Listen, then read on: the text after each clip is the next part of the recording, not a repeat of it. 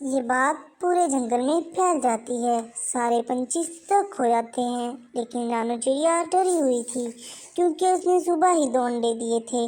रात हो गई। रानू चिड़िया आंखों में तेल डालकर अपने अंडों की रखवाली कर रही थी। सारे परिंदे अपने अपने घोंसलों में सो रहे थे। रात बहुत हो गई। इतने में इधर चुड़ैल फिर से अंडे खाने के लिए आ गई। अंडों की खोज में जंगल के ऊपर से उड़ रही थी। थोड़ी देर खोज करने के बाद रानू चिड़िया के घोंसले पे चली गई और रुक जाती है। मुझे इस घोंसले से अंडे की खुशबू आ रही है। और वो खिड़की से झांक कर देखती है कि रानू चिड़िया अपने अंडों को पंखों के नीचे छुपा कर बैठी हुई थी। अरे, आधी रात हो गई है, फिर भी ये जाग रही है। अब मुझे इसे अपने वश में करना होगा। और वो अपने जादू से चिड़िया को अपने वश में कर लेती है और अंडे चुरा लेती है।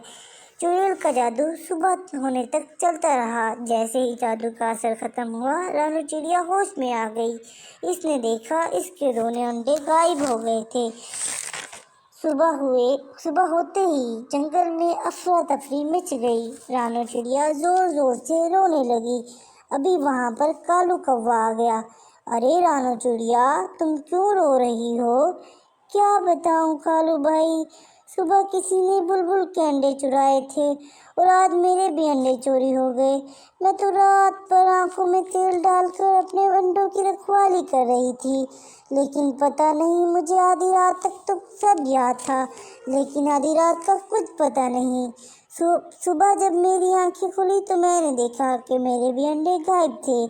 रानू की बात सोचते ही कालू सोच में पड़ गया कि ऐसा कैसे हो सकता है। लगता है जंगल में कोई चालाक पंछी घुस आया है। वो दिन में नहीं, रात में शिकार कर रहा है।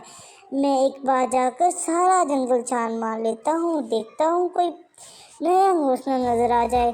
कालू जंगल के ऊपर से उड़ रहा था। थोड़ी देर उसे ही खोज करने के बाद जंगल के बाहर एक बड़े से पेड़ के नीचे कालू को एक अनजान घोंसला दिख जाता है।